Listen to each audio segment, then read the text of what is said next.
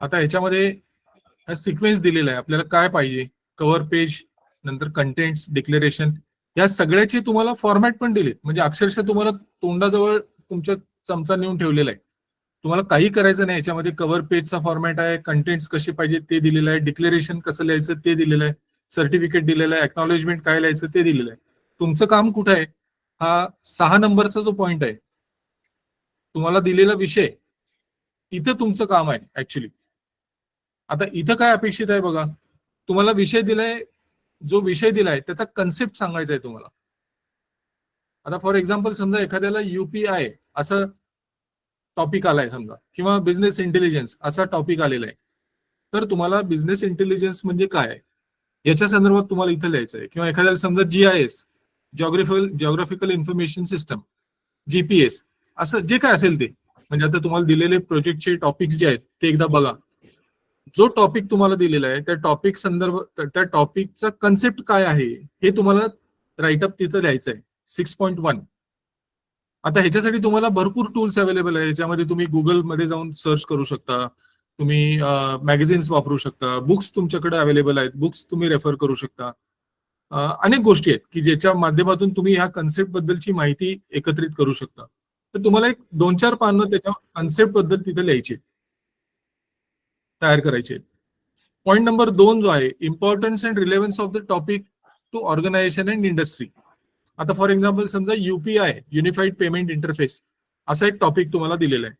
तर तुम्हाला पहिल्यांदा काय करायचं की UPI टेक्नॉलॉजी काय आहे नक्की, याची सुरुवात कधी झाली, ही टेक्नॉलॉजी कुणी इंट्रोड्यूस केली, अशा पद्धतीची माहिती तुम्हाला तिथं द्यायची आहे, कन्सेप्च्युअल माहिती. मग ही ही जी टेक्नॉलॉजी इंट्रोड्यूस झाली ह्याच्या आधी काय होतं, त्याच्यामध्ये काय सुधारणा झाली आणि ही UPI टेक्नॉलॉजी इंट्रोड्यूस झाली. मी तुम्हाला एक उदाहरण सांगतोय फक्त. तर हा झाला कन्सेप्ट. आता पॉईंट नंबर 2 जो आहे त्याचा इम्पॉर्टन्स आणि relevance to the topic to organisation and industry. म्हणजे आता ह्या UPI टेक्नॉलॉजीचं महत्व काय आहे, तुम्हाला दिलेल्या टॉपिकचं महत्व काय आहे तुमच्या ऑर्गनायझेशनसाठी आणि इंडस्ट्रीसाठी. काही टॉपिक असे असू शकतील की तुमच्या ऑर्गनायझेशनशी संबंधित नाही आहेत, फाईन, पण इंडस्ट्रीशी तर नक्कीच संबंधित आहे. आता एखादा विषय समजा ऍग्रिकल्चर रिलेटेड आहे किंवा कॉस्टिंग रिलेटेड आहे, तर तो सब्जेक्ट कदाचित तुमच्या ऑर्गनायझेशनमध्ये असेल किंवा नसेल, तर ऑर्गनायझेशनचा पार्ट सोडून द्या. आता UPI सारखी टेक्नॉलॉजी असेल तर UPIचं नक्कीच तुमच्या जिल्हा बँकांच्या मध्ये असेल किंवा कुठल्याही फायनान्शियल ऑर्गनायझेशनमध्ये UPIचं इम्पॉर्टन्स तर नक्कीच आहे.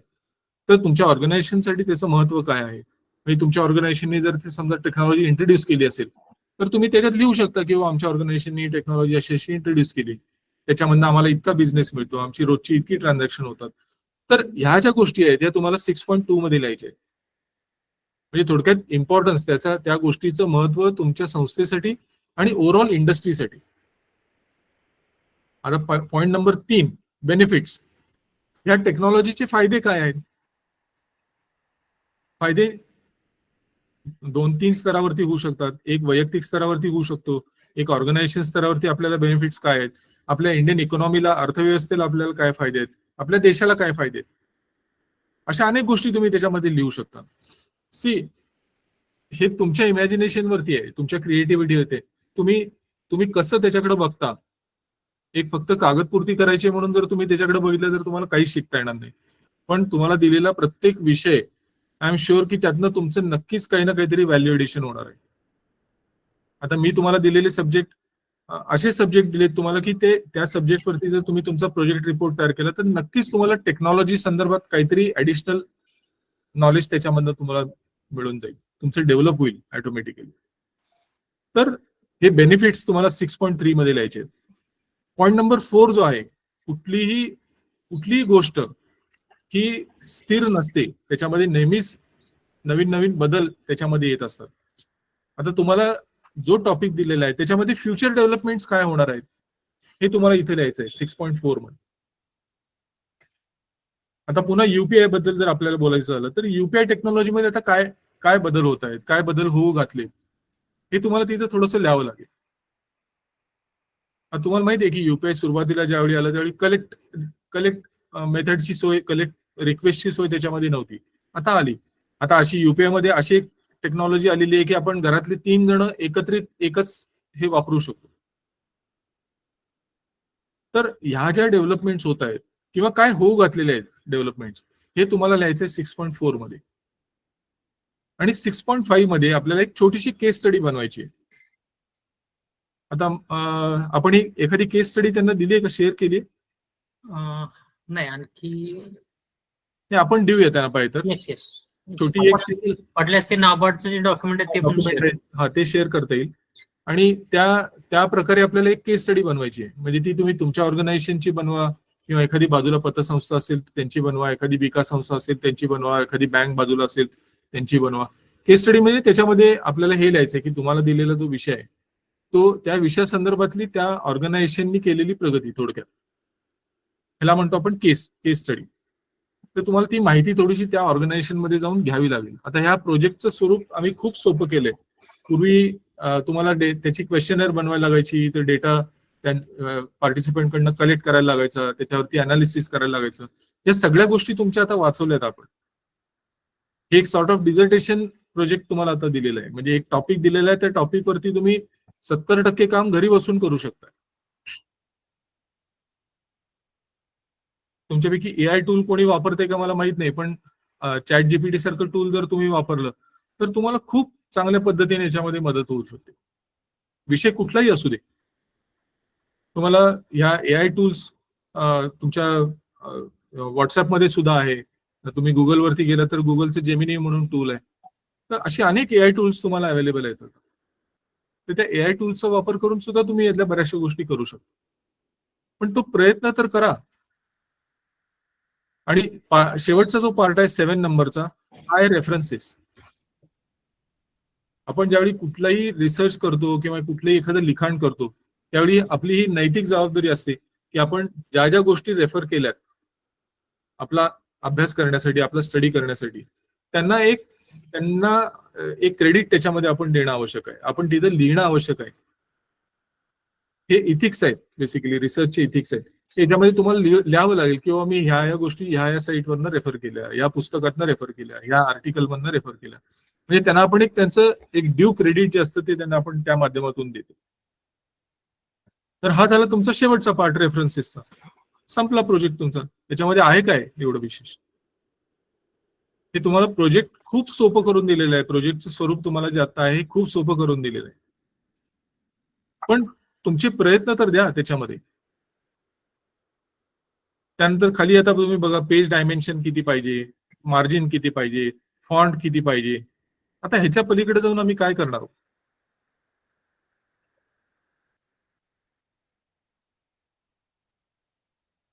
हे सगळे फॉर्मॅट तुम्हाला दिलेले आहेत. इंग्लिश पण दिलेलं आहे. समजा काही जणांना इंग्लिश लँग्वेजचा प्रॉब्लेम आहे, मराठीत पण फॉर्मॅट दिलेलं आहे.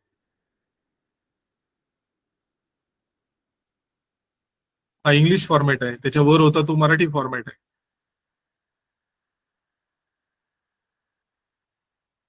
कंटेंट आहे, सगळ्या गोष्टी त्याच्यामध्ये दिलेल्या आहेत. आता मला सांगा काय, आता ह्या पलीकडे जाऊन काय अडचणी येतात? तर तुम्ही मगाशी किरण धुमाळ ना,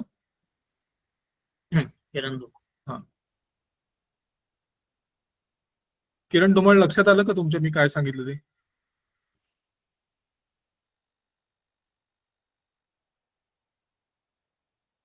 किरण धुमाळ आहेत का?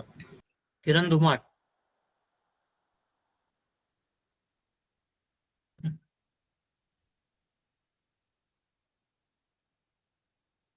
प्रोजेक्टचं स्वरूप मी सगळ्यांना सांगितलं, म्हणजे सगळ्यांनी ऐकलं असेल. आय होप लक्षात आलं का तुम्हाला? काय अडचण आहे का विचारा.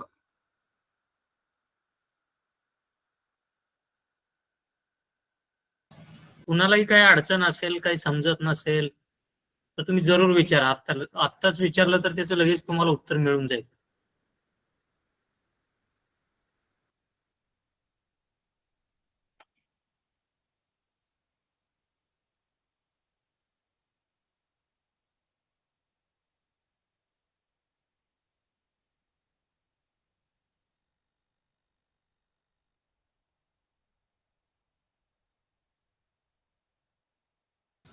नाही सर, म्हणजे मला वाटत नाही आता. आपण पण आता असं करू, उद्यापासून सेशनला सुरुवात करायची आणि असं बघत बसायचं नुसतं. हॅलो, सर ते किती पेजेस करायचे होते? किती पेजेस हवेत ते कमीत कमी जास्त जास्त? पेजेस बघा ना, आता तुम्ही 6 त्याच्यात सब हेड्स आहेत, 6चे 4-4 पेजेस जरी तुम्ही केले, ऍटलीस्ट 50 पेजेसचा तर रिपोर्ट व्हायला पाहिजे तुमचा, 40-50 पेजेसचा कोर रिपोर्ट. तुम्ही बाकीची पेजेस त्याच्यामध्ये धरू नका. तुमचे कंटेंट्स, रेफरन्सेस हे सगळं वेगळं. तुम्हाला जो दिलेला विषय आहे त्याच्यावरती एक 30-40 पेजेसचं तरी तुम्हाला काम ते पेजेस तुमच्याकडे. पाटपोट हवेत का असं सिंगल काढलं? पाठपोट पण चालेल ना. स्पायरल बाइंडिंग करायचंय तुम्हाला त्याला. आम्ही सिंगलच मोजतोय, 30 झालेत माझे. पाटपोट न करता सिंगल 30 झालेत माझे. सिंगल तुमचं प्रोजेक्टचे 30 पेजेस झाले तर बाकीची पेजेस तुमचे आहेत ना, कंटेंट आहे त्याच्यामध्ये, तुमचे इंट्रोडक्शन आहे, सर्टिफिकेट आहे, कव्हर पेज आहे. ती एक 10-12 पेजेस तर 30 होतात. पण एक 30-40 पेजेसचा प्रोजेक्ट तर तुमच्याकडनं अपेक्षित आहे. तुम्हाला किती मार्क आहेत माहिती आहे का प्रोजेक्टला? प्रोजेक्टला मार्क किती आहेत? काय बघावं लागेल.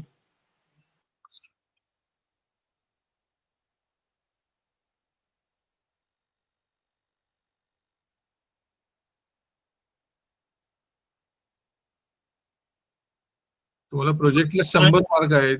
प्रोजेक्टचे मार्क बघितले नाहीत.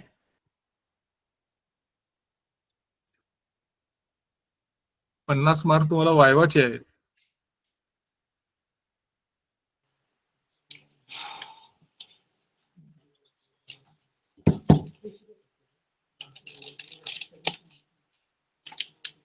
ठीक आहे, याच्या वर आहे ना, हा बघा, प्रोजेक्ट रिपोर्ट 100 मार्क्स.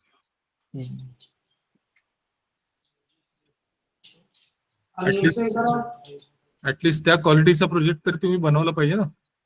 बरोबर. आणि 40% पासिंग आहे, लक्षात ठेवा प्रत्येकाने. मलाही सकाळी एक जणांनी विचारलं की किती पानाचा हवा. मी म्हटलं 150 मार्काला आपला प्रोजेक्ट आहे, म्हणजे वायवा आणि प्रोजेक्ट मिळून. तर कमीत कमी एक पेजला 1 मार्क मिळेल एवढे तरी कष्ट घ्या. तेच सांगितलं ना आपण, 40-50 पेजेस, तेच म्हटलं मग अशी मी. सर कुणीही काही गाईडलाईन्स वाचलेल्या नाहीत, रूल्स काय ते वाचलेले नाहीत. नाही, प्रश्न आले नाहीत आपल्याला, ह्याचाच अर्थ क्लिअर होता की कोणी काही काम त्याच्यावरती केलेलं नाही. पण आता त्यांना समजावून सांगितल्यावर पण कोणाचा काही रिस्पॉन्स नाही. आता काय प्रोजेक्ट मधनं अपेक्षित आहे ते मी एक उदाहरण घेऊन पण सांगितलं. सर ते कधीपर्यंत द्यायचंय? पीडीएफ पाठवायचं. तुमचं पहिल्यांदा तुम्ही जे बनवताय काम, तुमचं जे सुरू आहे ते तुमच्या गाईड बरोबर तुम्हाला शेअर करावं लागेल, किंवा मी असं असं करतोय. नाहीतर त्या प्रोजेक्ट गाईडला अर्थ काय? तुम्ही एकदम जर ते छापून घेऊन आला परीक्षेला येताना, तर त्याच्यावरती कोणीही सही करणार नाही. मी तुम्हाला आत्ताच सांगतो. तुम्ही जर प्रोजेक्ट रिपोर्ट डायरेक्ट घेऊन आला तर तो इनव्हॅलिड होईल.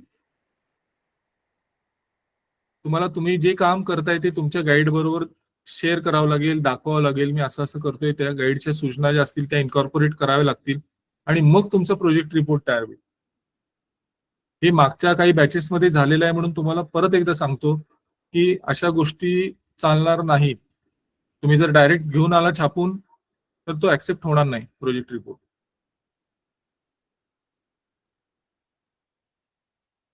या प्रोजेक्ट रिपोर्टचं महत्व लक्षात घ्या. हा प्रोजेक्ट रिपोर्ट तुम्हाला का दिलाय? कारण तुम्हाला एका विषयावरती थोडंसं एक ऍडिशनल इनपुट या प्रोजेक्टच्या माध्यमातून मिळणार आहे. तुम्ही ज्यावेळी केस स्टडी कराल त्यावेळी तुम्हाला त्या ऑर्गनायझेशनमध्ये त्या विषयाबद्दल काय चाललंय याबद्दलची एक माहिती तुम्हाला कलेक्ट करावी लागेल, तरच तुम्ही केस स्टडी लिहू शकाल त्याच्यावरती. म्हणजे ह्याच्यातनं तुमचं नॉलेज तर वाढणार आहे, पण तुमची ओव्हरऑल डेव्हलपमेंट, सेल्फ डेव्हलपमेंट पण त्याच्यामधनं होईल. प्रोजेक्ट त्याच्यासाठी असतो.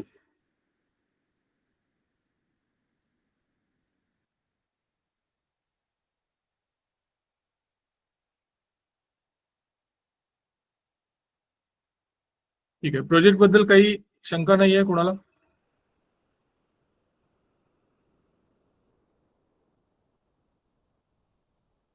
ओके.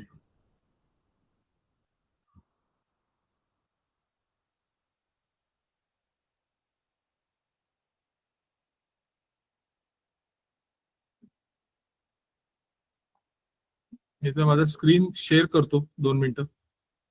आज आपण खरं तर आपल्या सिलेबसला सुरुवात करायची होती, पण आपला बराच वेळ या गोष्टी समजून घेण्यामध्येच आपला बराच वेळ गेलेला आहे. एकदा मी तुम्हाला स्क्रीनवरती दाखवतो.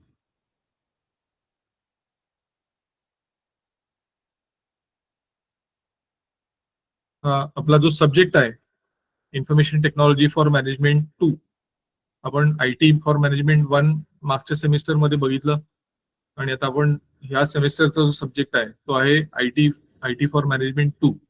त्याच्यामध्ये हा सिलेबस जर तुम्ही काळजीपूर्वक बघितला तर याच्यामध्ये एक्सेलला खूप वेटेज आहे. आमचं असं एक म्हणणं आहे की एक्सेल हे अतिशय महत्वाचं टूल आहे, एस्पेशली कुठल्याही एम्प्लॉईला जो बँकेमध्ये काम करतो. त्यामुळं हा सिलेबस डिझाईन करताना याच्यावरती खूप चर्चा झाली होती आणि खूप विचारांती असं ठरलं की एक्सेलला ह्याच्यामध्ये चांगलं वेटेज दिलं गेलं पाहिजे. त्यामुळं आपण हा सिलेबस जर बघितला तर हा सिलेबस आहे, त्याच्यामध्ये हा एक्सेलचा पार्ट ह्याला ऑलमोस्ट 15 सेशनचं वेटेज आहे. म्हणजे नॉर्मल कोर्समध्ये आता आपल्याकडे केरळ आणि तामिळनाडूमध्ये हा कोर्स फुल टाइम चालतो, तर तिथं या विषयाला 30 सेशन अलॉट केलेले आहेत. तर हे 30 सेशन्स आहेत, त्यामधले 15 सेशन हे MS एक्सेल साठी ठेवलेले आहेत. तर MS एक्सेलचा हा सगळा भाग आहे. त्याच्यामध्ये फॉर्म्युला कसा बनवायचा आपण हे बघणार आहोत. त्यानंतर काही फंक्शन्स बघणार आहोत. वेगवेगळी फंक्शन्स MS एक्सेल मध्ये असतात. फॉर्म्युला कसा बनवायचा, फंक्शन कसं बनवायचं, फंक्शन कसं वापरायचं, ह्या गोष्टी आपण इथं बघणार आहोत. फंक्शन मध्ये वेगवेगळे प्रकार आहेत. त्याच्यामध्ये मॅथमॅटिकल फंक्शन्स आहेत, स्टॅटिस्टिकल फंक्शन्स आहेत, फायनान्शियल फंक्शन्स आहेत, त्यानंतर टेक्स्ट रिलेटेड फंक्शन आहेत, डेट रिलेटेड फंक्शन्स आहेत, लुकअप फंक्शन्स आहेत, कंडिशनल फंक्शन्स आहेत. तर ही सगळी फंक्शन्स तर आपल्याला इथं बघणं शक्य नाही, कारण हजारो फंक्शन्स आहेत एक्सेलमध्ये. पण त्यातली महत्वाची जी फंक्शन्स आहेत आपण ती फंक्शन इथं बघणार आहोत. तर हा फंक्शनचा भाग झाला. त्यानंतर पिव्होट टेबल्स हा एक अतिशय चांगला कन्सेप्ट आहे एक्सेल मधला आणि पिव्होट टेबल्स हे एक खूप युजफुल टूल असं आपल्याला म्हणता येईल.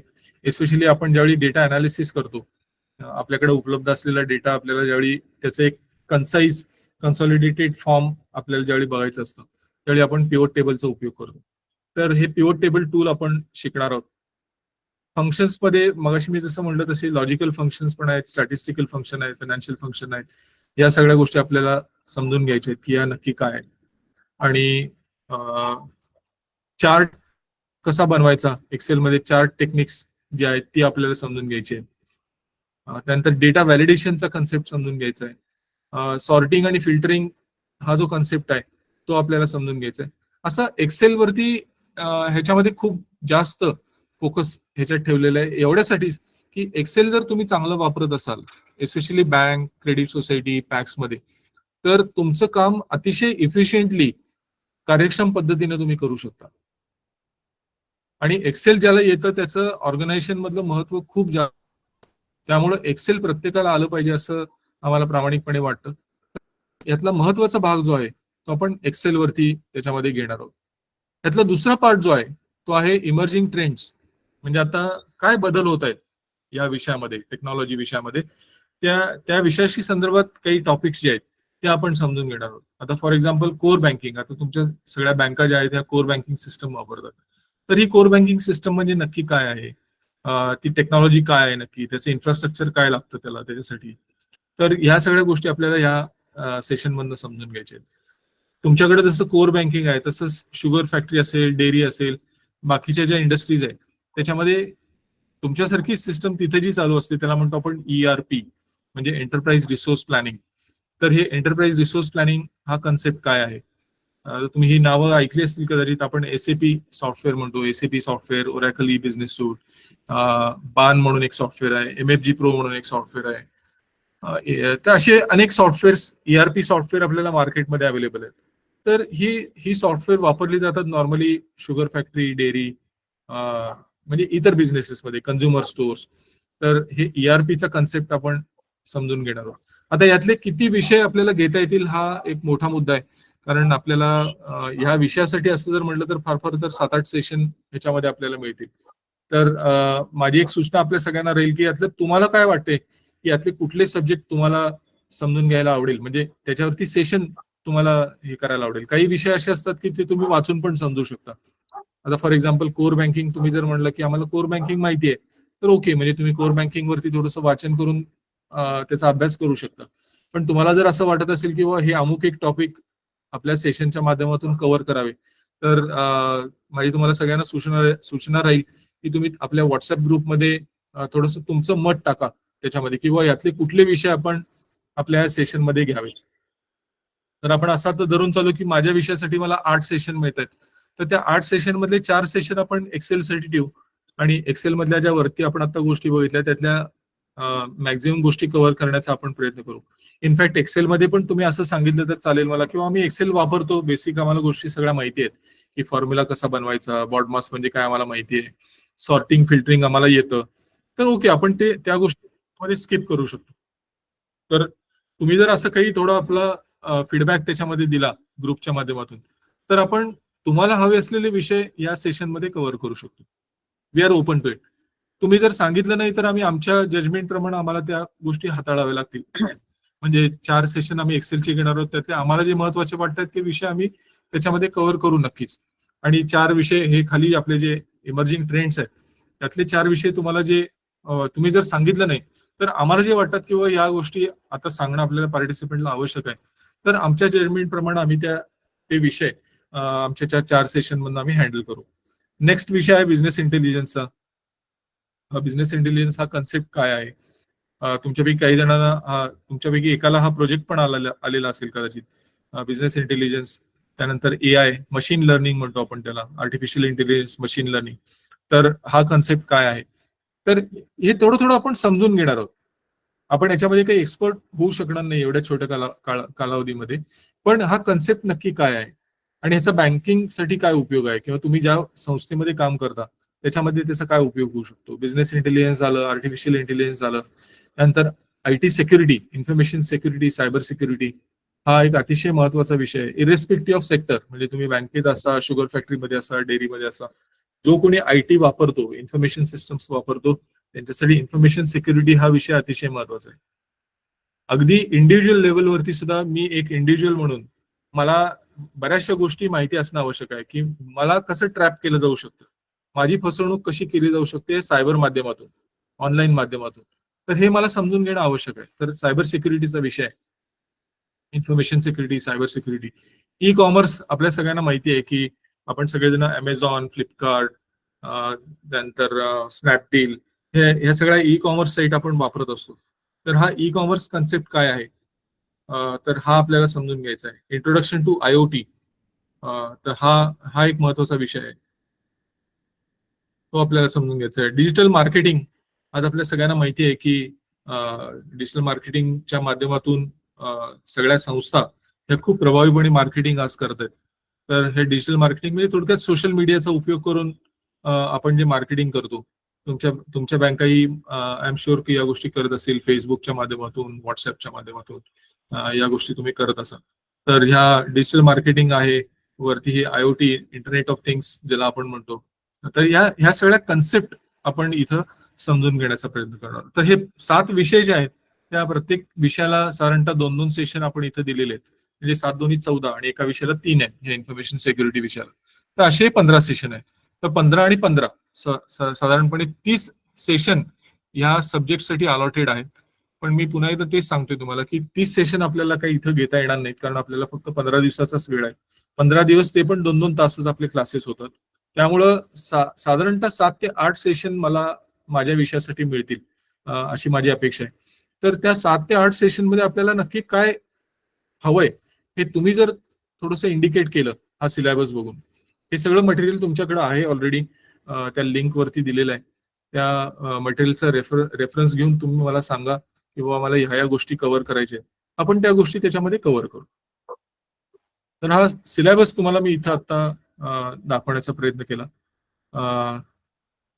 तुमचे काही प्रश्न असतील तर पहिल्यांदा विचारा आणि नंतर आपण पुढे जाऊ. हा IT फॉर मॅनेजमेंट हा विषय जो आहे, जो मी हँडल करणार आहे, त्या विषयासंदर्भात आता आपण थोडंसं बोललो. आज खरं तर या विषयाला सुरुवात करायची होती, आपल्याला एक्सेलला सुरुवात करायची होती, पण आपला बोलण्यामध्येच बराच वेळ गेला. पण it was not only interaction with you, पण तुम्हाला मी थोडंसं प्रोजेक्ट बद्दल पण आपण आता इथे चर्चा केली. या इंटरॅक्शन मुळे आम्हाला कळलं की बाबा तुम्ही काय स्टेटसला आहात, तुमचं काय चालू आहे नक्की. तर ह्या गोष्टी पण त्या निमित्ताने आम्हाला कळाल्या.